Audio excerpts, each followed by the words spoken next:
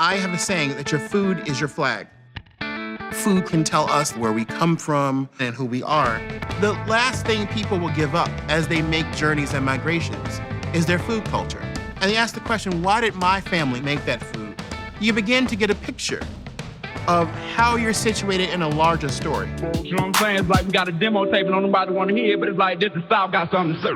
Hi, my name is Kevin Blackistone, alongside Dr. Robert Greene II. Welcome to the award-winning podcast, Our New South, presented by the Levine Museum of the New South in Charlotte, North Carolina. The Levine Museum connects the past to the future to realize the promises of a New South. Follow the show, rate and review on Apple Podcasts, Spotify, and here in Season 3, you can watch my conversations right here on YouTube. All right, let's get to today's show.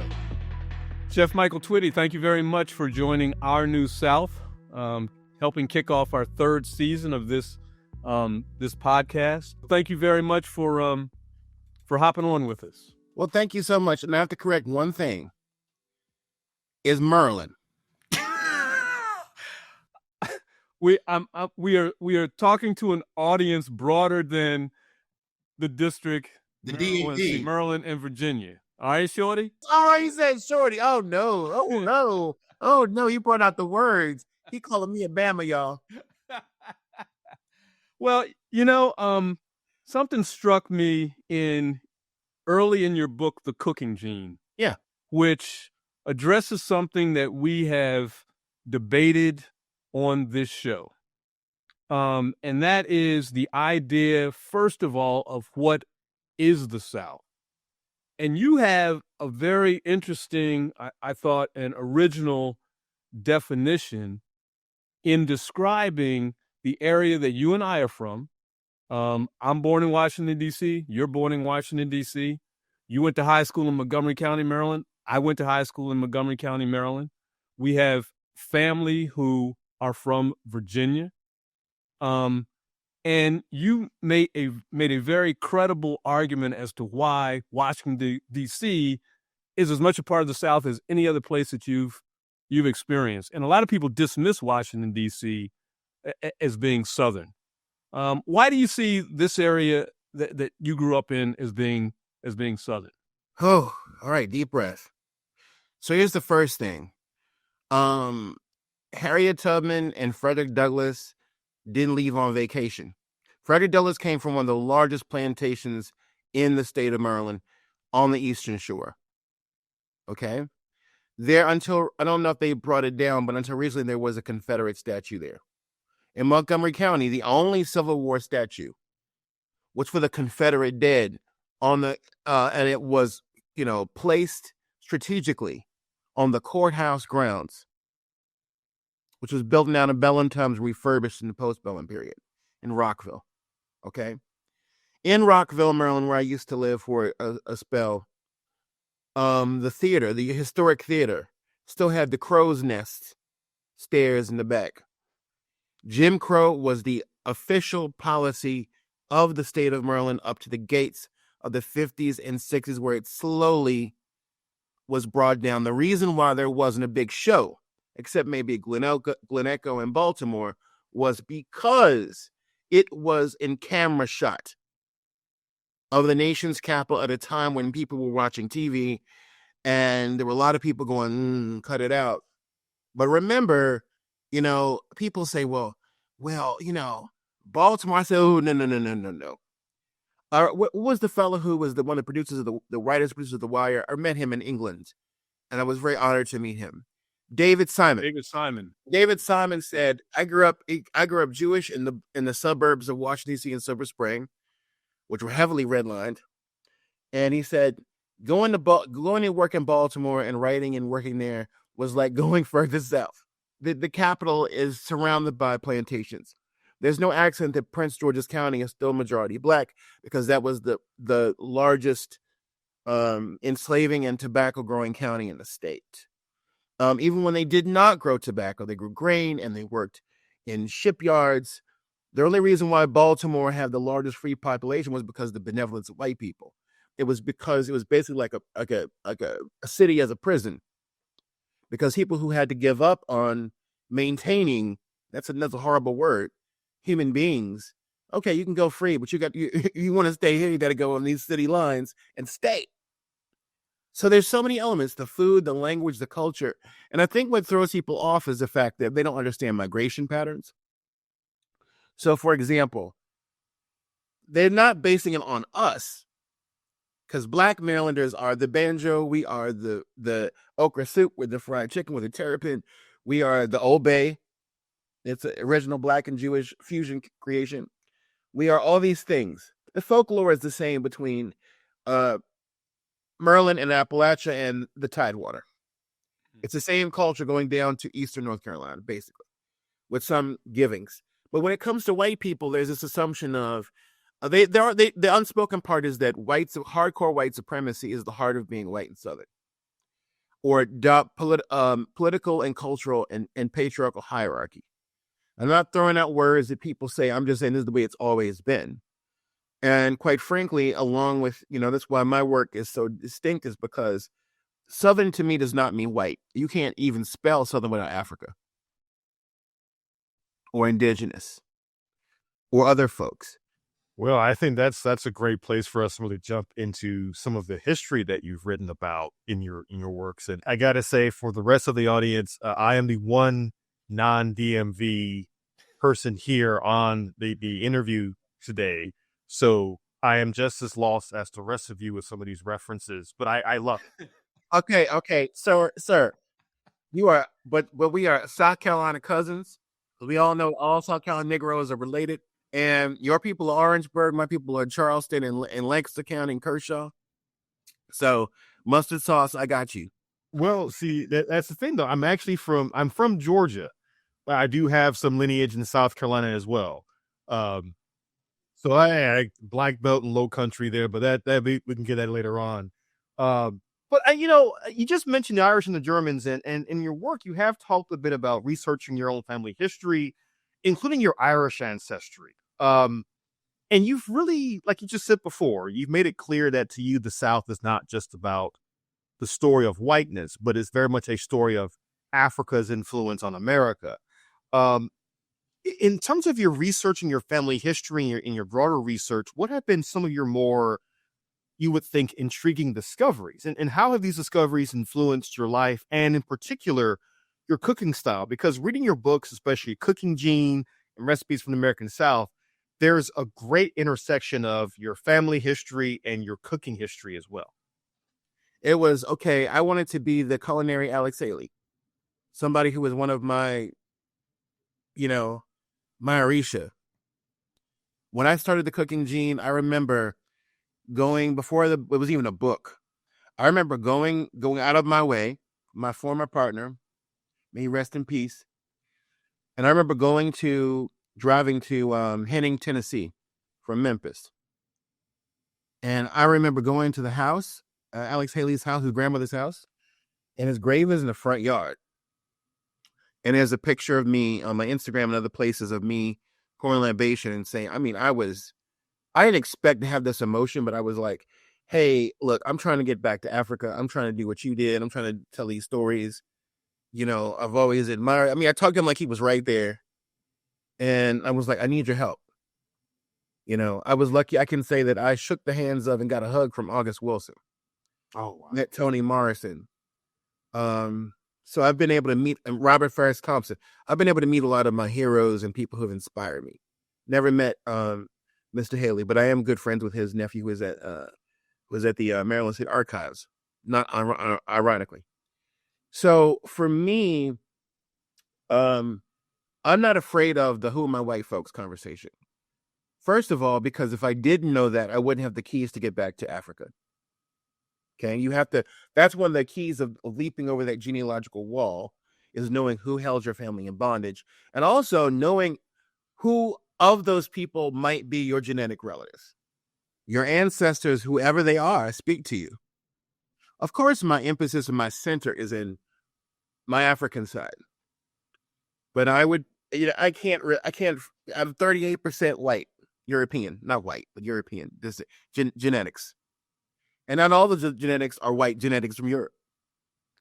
But the bottom line for me is is that, oh no, you're not going to define this from me. You've taken so much from me and from us in terms of the social pressures of white supremacy and Eurocentrism. You ain't gonna take this from me. We are your family. We're not 3/5 of a human being anymore. We're not another species. We're not animals. We are your blood, and we're gonna be your blood to the end of humanity. Well, and you just mentioned too this idea the ancestors speaking to you. You know, ancestors and ancestry is a really important through line in all your work, and also not just with your books, but also with your work with the Colonial Williamsburg Foundation to create the Sankofa Heritage Garden. Could you tell us a bit about that garden and the importance to you of carrying on these ancestral recipes and these ancestral agricultural practices? So it's about life and sustainability. We are often excluded from conversations about the environment, about the earth, about spirituality. You know, you never hear somebody say, oh, the great African spiritual tradition, even though it's the oldest on the planet. You never hear people talk about, you know, when they say American, they don't always mean us. So I would tell you this one story about the Sankofa Garden. So I've done multiple gardens at Colonial Williamsburg, but this one is on the Duke of Gloucester Street, the main street. And my friend Eve Atmar, who was not Black, who is the landscape architect at Colonial Williamsburg at the moment, she said to me that the way we designed the garden was it's not just a bunch of plants. So you go in and there are skulls and there are crystals and there are beads and there are cowrie shells. So if you're finding these things in the archaeological strata of a cabin or plantation, they weren't in the ground the whole time. They were actually out and about and clear signs of our cultural existence in the space. So cultural landscapes are pagodas, cultural landscapes are Notre Dame, cultural landscapes are designed parks, right? So our cultural landscape were these power objects and spiritual objects that were also cultural markers. But when you go to that garden and you go to spaces like it, you are confronted with the fact that while on the surface was one thing, the pervasive deep essence was us. When you understand this, you know you have a culture, you know you have roots, you know you have branches, you know you have a legacy, and you know that you are responsible to your elders and your ancestors, but also to your children. So I ain't no ways tired about it. You've touched on a lot of things for me. My other half is Yoruba.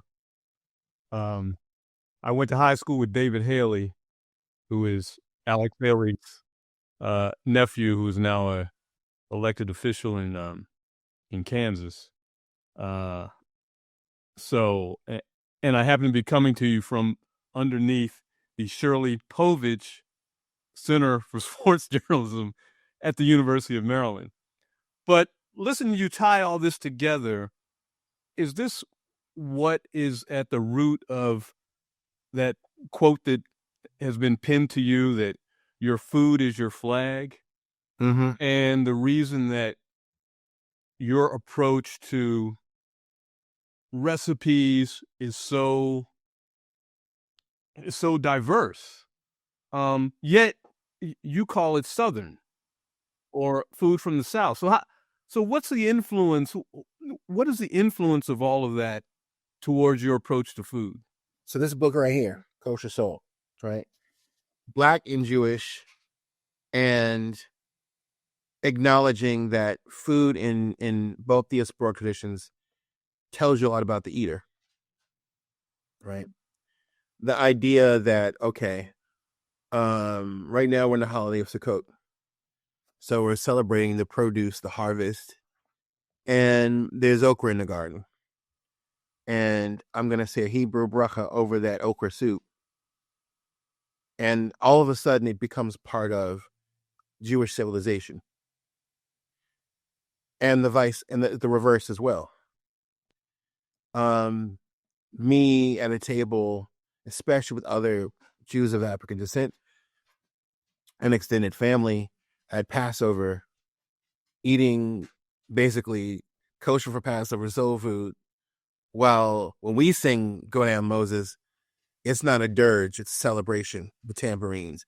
When we have a Seder plate, it's the traditional Seder plate and the Seder plate that has symbols from, our African American, Afro-Caribbean journeys.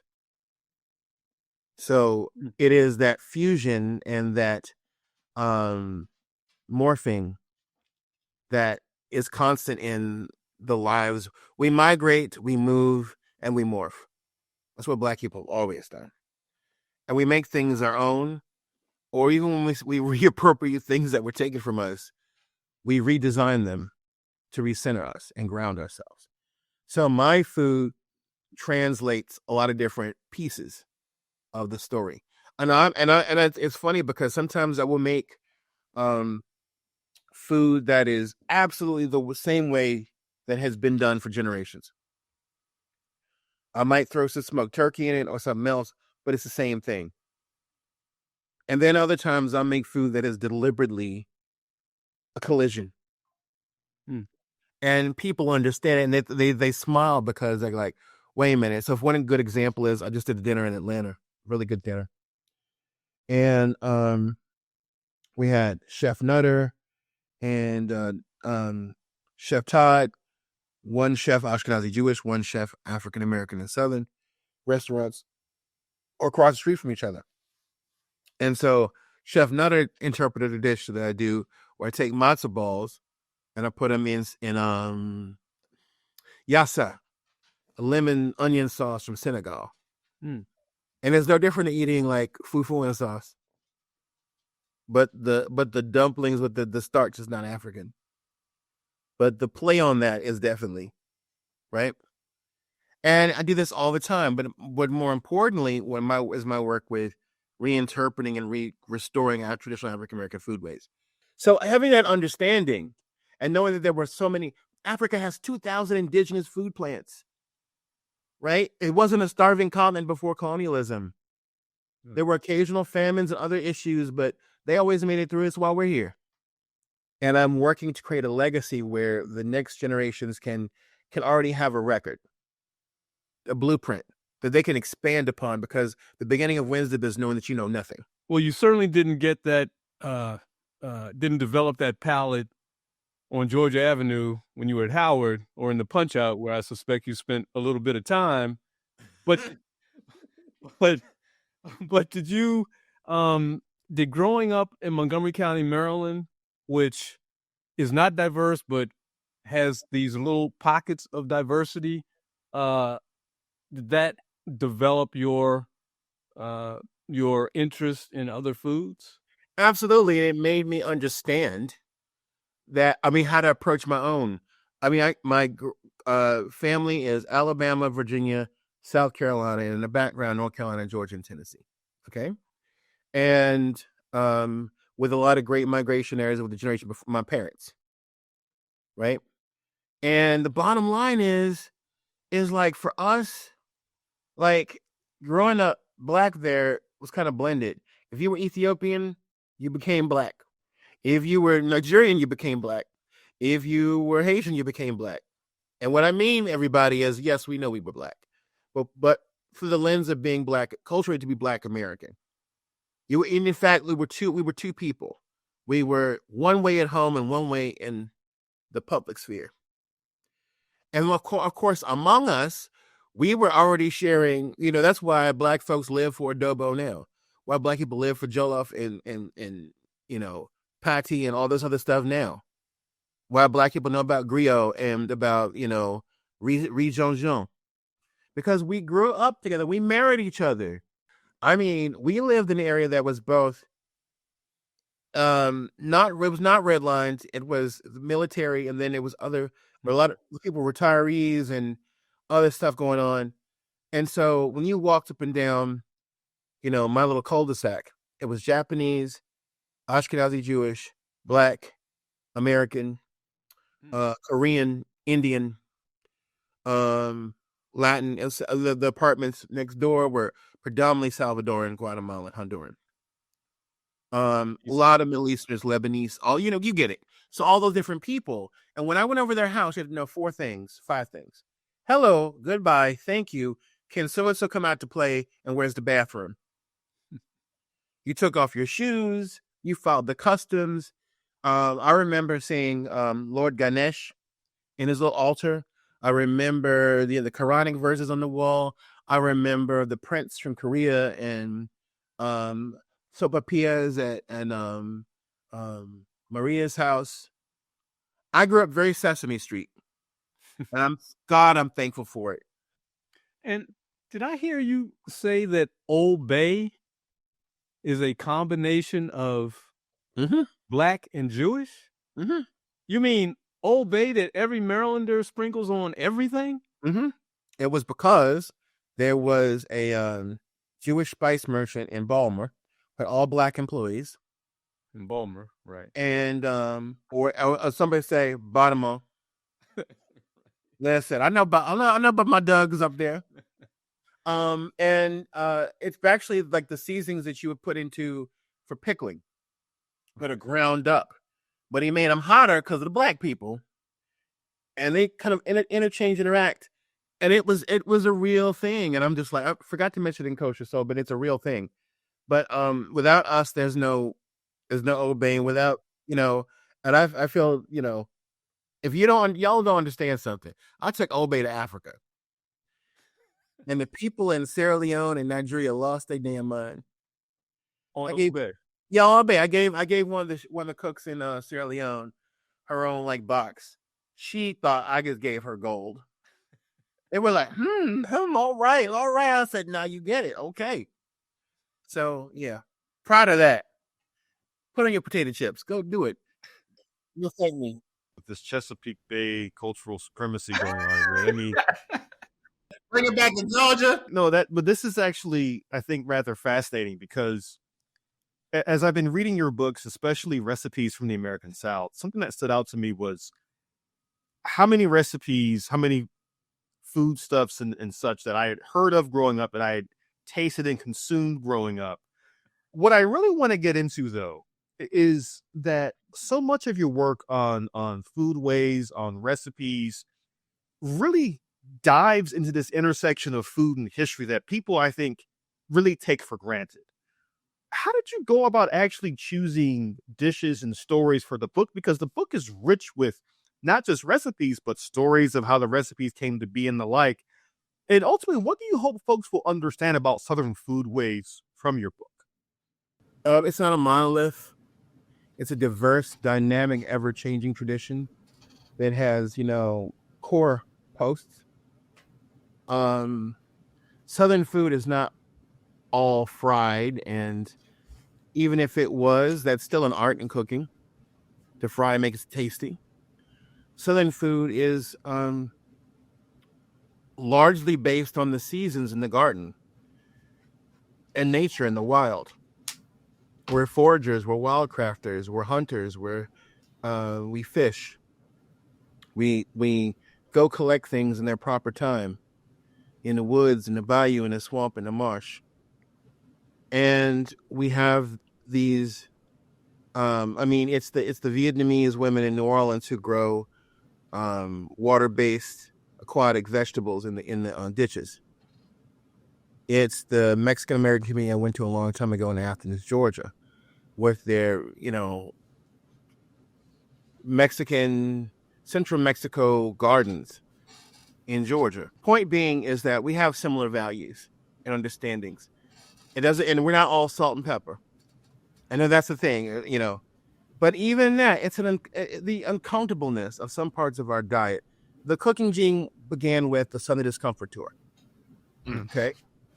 And that was me raising money on social media through crowdfunding to travel the South to research. I didn't have the book was not even a thought.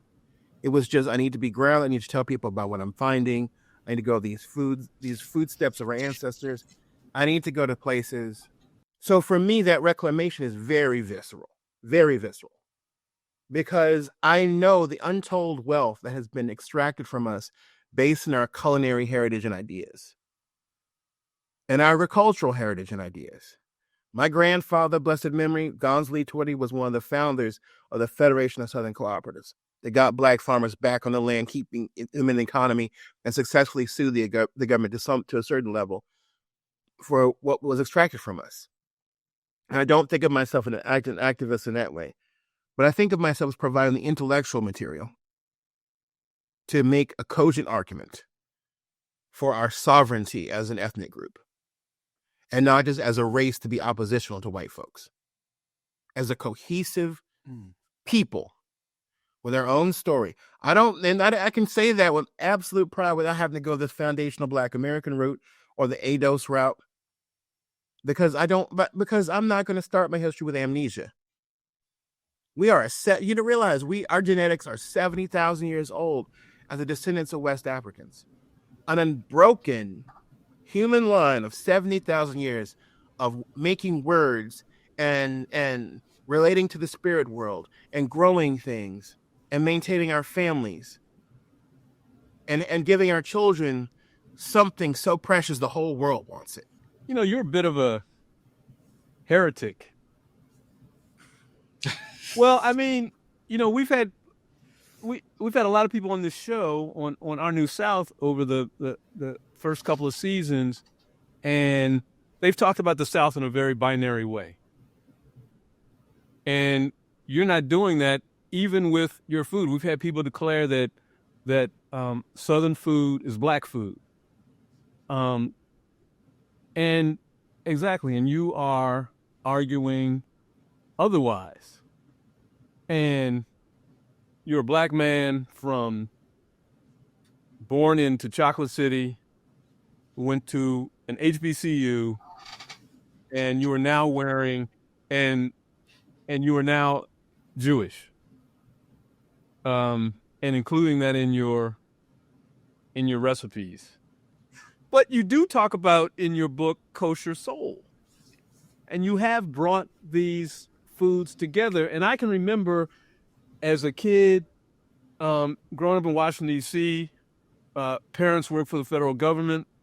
My mother's boss was Jewish in the Kumbaya 70s, and me being invited to her boss's house for a Seder or Passover, and eating some of the most bland food I've ever had in my life and never wanted to taste it again. But you are putting Old Bay on it, philosophically speaking. Yeah.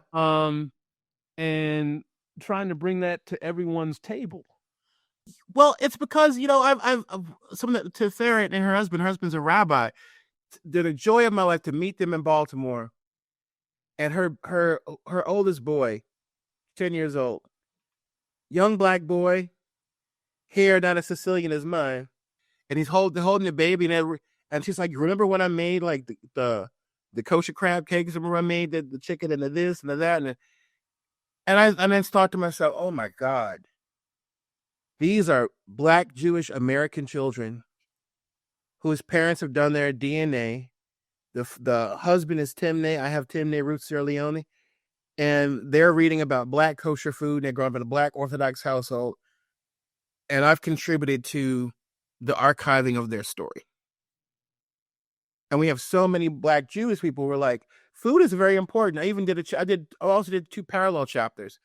One is on white Southern Protestant converts to Judaism and how they eat.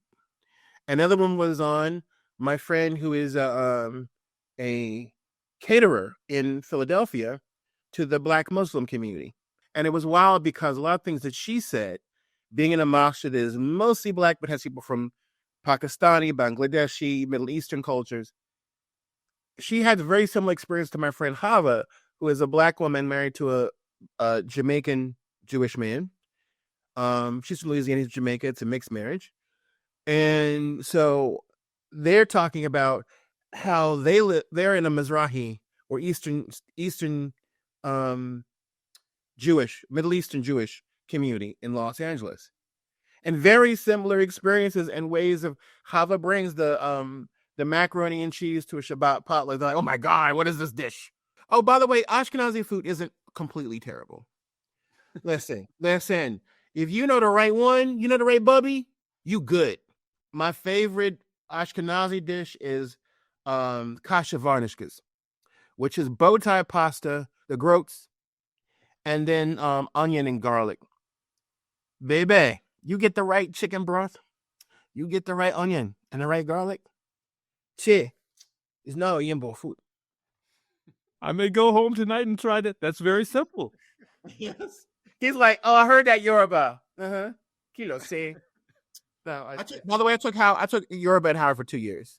That's why I went to Howard. It wasn't just the culture or the whatever. It was the integrity. It was the strength. It was the power of tradition, and it was the fact that I could do that in a time or in a place that was black. But not all of my life is people are. What is the word the kids say? Are you pro-black? Yeah, I'm pro-black. And I'm Jewish. I got a white husband. But I'm also that kid who was also very centered in Africa, but also to use what used to be an insult, I'm geechee as hell. I am bottle tree in the yard, 3 of them, hoodoo on the door, wedding broom above the door to keep the haints out. My grandmama, mamas, and great grandmama's hot comb on the door, like a mezuzah. And that's a kind of, and I mean, there's performative, and there's symbolic, and there's systemic. I'm systemic black. Okay. Doesn't matter where I go. Can't miss me. And that's certainly true. And I think what you've really brought up here is how there are so many of these connections amongst Black peoples throughout the United States and around the world. And people often don't realize when we discuss the Great Migration, we're often discussing peoples taking specific routes south to north. So you're going from the Carolinas to Baltimore or New York or Philadelphia, or from Mississippi to Chicago, things like that. And in fact, you once said, quote, the Great Migration and the domestic slave trade are 2 of the biggest shapers of American culture, end quote. You've already talked about this a little bit during this episode, but could you unpack that a little bit more for our listeners, especially when referring to food and foodways? Okay, so I remember when I went to the American History Museum many years ago with my mom and my dad, to an exhibit that Dr. Spencer Crew did about the Great Migration. And I don't know how many times I went to that exhibit. It was around for a very long time. And it used to be that the Greensboro sit-in, part of the lunch counter was outside of it. It was called From Field to Factory. And it was emotional for me. And this is why I tell people, it doesn't start when you're 20. It starts when you're a child and your parents shape your identity and tell you, this is where you're from, boy. Hold your head up. Do not forget. You literally have to be told the words. And I mean, I wasn't a hard case. I was actually I was not always a great kid, but I was definitely into books, into my history, my heritage. I remember Mama took my hand, and she's like, this is how Granddaddy and Grandma came up to Granddaddy and Grammy came to Cincinnati. And she showed me the train going from Birmingham up to Ohio. Then when my daddy was there, he was like, son, this is how your grandmother and your grandfather came from South Carolina, Virginia to D.C. So the Great Migration is James Baldwin, it's Toni Morrison, it's Sly and the Family Stone. It's people who never would have had the same chance. It's Aretha Franklin. Never would have had the same chance to be their full selves had they not left the Jim Crow South. Not to say the people there weren't still doing things. But I mean, that generation, like Jesse Jackson, like Georgia Gilmore, like James Brown, they're revolutionary because they're like, okay, we're gonna bust this out. We can't do this no more. In terms of food, it's people go to New York up from Florida, Georgia, South Carolina, and they're like, okay, we gotta have some rice. We gotta do this. We gotta do that. We're Sylvia's. We're from Hemingway, South Carolina. It's all of that heritage. Plus, they meet up and marry up with the Caribbeans over generations. And so New York black food has a different thing. And of course, there were black people in New York going back to the beginning of the founding of New York. But also, everybody loves our food. So that Great Migration experience has been transformative. And you mentioned a quote about the domestic slave trade. People don't know that the largest forced migration in American history was a domestic slave trade. And because of that, there's a remarkable similarity between the foods of the Upper South. So in your book, you start out talking about the Old South, and now you just talk about migration, which may have created the New South or a New South. Yes. And so one of the things we always like to know from our guests on the show is, what is your concept of what we call the New South today? Well, I mean, it's we can't forget that people came back. Late 70s through 80s. I mean, Atlanta, Charlotte are gems of that, right? Absolute gems of that. I mean, I remember the picture of my father with Maynard Jackson. The people in, the way that Harvey Gantt operated, the way other people, I mean, this was just like a thing. And I mean, even the New South could even be Marion Barry. Controversial name, but to us, he will always be the Marion Barry before the Sting. Jobs, really good intentions, not always the best outcome, but really good intentions, and some measurable results. For Mississippi, civil rights worker, right? I think that time period that I was born into and saw the outskirts of was so interesting, because it was like you would never think that any of this ish ever happened before. You would never think it happened, because the way the media looked, particularly to that part of time, area and time, was so different. But I mean, the bottom line was they were beginning to break those barriers down very quickly. People were eager to break those barriers down. I know it sounds like forever and it never seems to heal, but it's real. It did. So that's part of the New South. Just our ability now to be able to talk across these lines and boundaries and have a progressive South. The progressive South is real. It's real. It's been suppressed heavily. But I'm talking about that B-52s and RuPaul South. You know what I'm saying? I'm talking about people being able to integrate themselves into bigger worlds. One of my greatest museum visits was the first time I went to the Levine Museum. And it was just like, okay, this is me. This is my family story. Talking about how people live, the sharecroppers, why people wanted to go to the cities, why they wanted to have a new life, the institutions that developed. And it had kind of had me, it was, yeah. I was like, okay, this is what my grandparents told me about all the time. Especially those that were living in places like Birmingham and other cities. People don't realize that they weren't really that developed. Atlanta wasn't really that developed until after the Civil War, that all these Black folks started going there and creating life and community. And that happened in many other cities. So yeah, I'm ready for a new South to the third power, new South. There you go. And that has to come through political, socio-cultural change.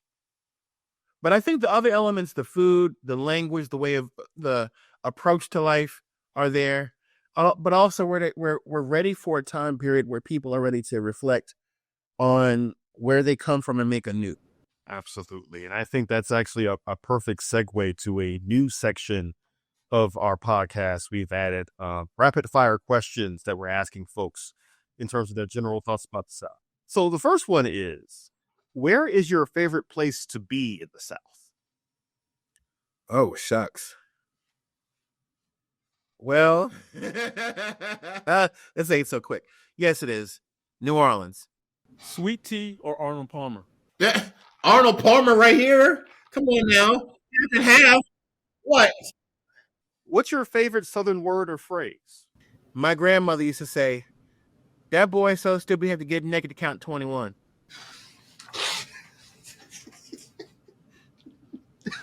This was a family podcast. Who is your favorite Southerner, dead or alive? Well, it sure isn't Jefferson Davis.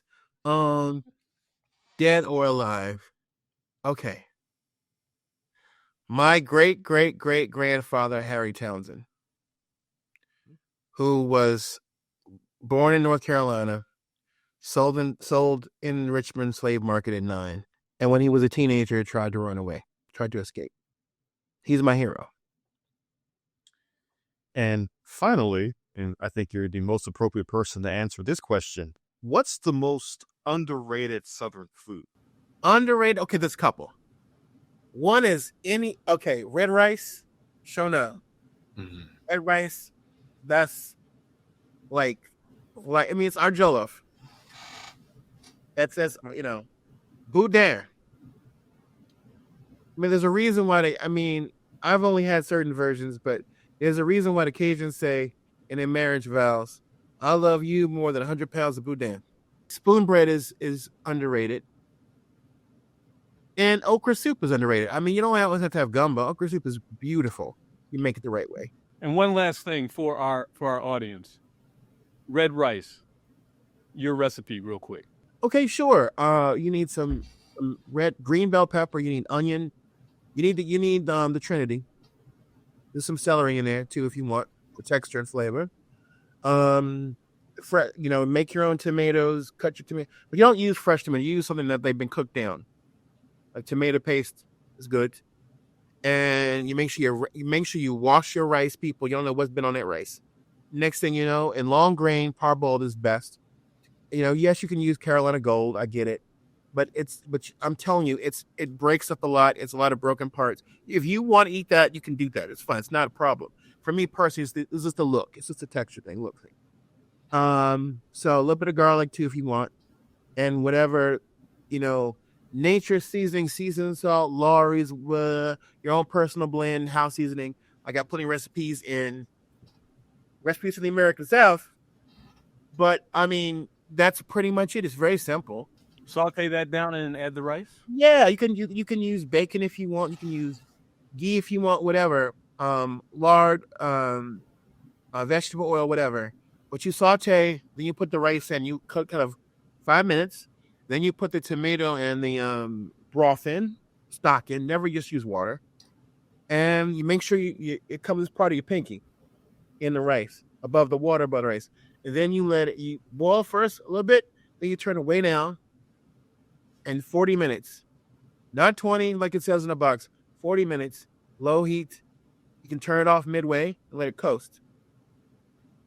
And you're going to have some beautiful red-orange rice. Don't forget your hot pepper in there. A little hot pepper is always good. You can put the fresh pepper in there. You can put a little cayenne on there. But I'm a rice boy. I'm a Mende descendant. I'm also Gullah Geechee descendant. So Absolutely.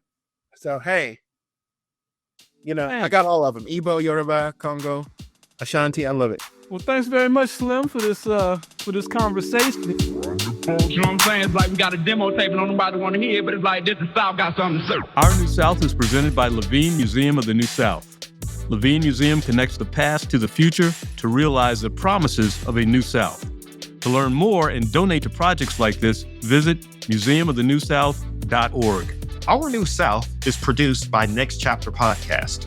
Thanks to our audio editor, sound designer, and composer, Cal Murdoch, video editor, Justin Cortez, producers Brian Douglas, Alexander Pineras, and Cliff Whitfield, senior producer and writer Byron Hunter, and executive producers Jeremiah Tittle and Frankie Abbott.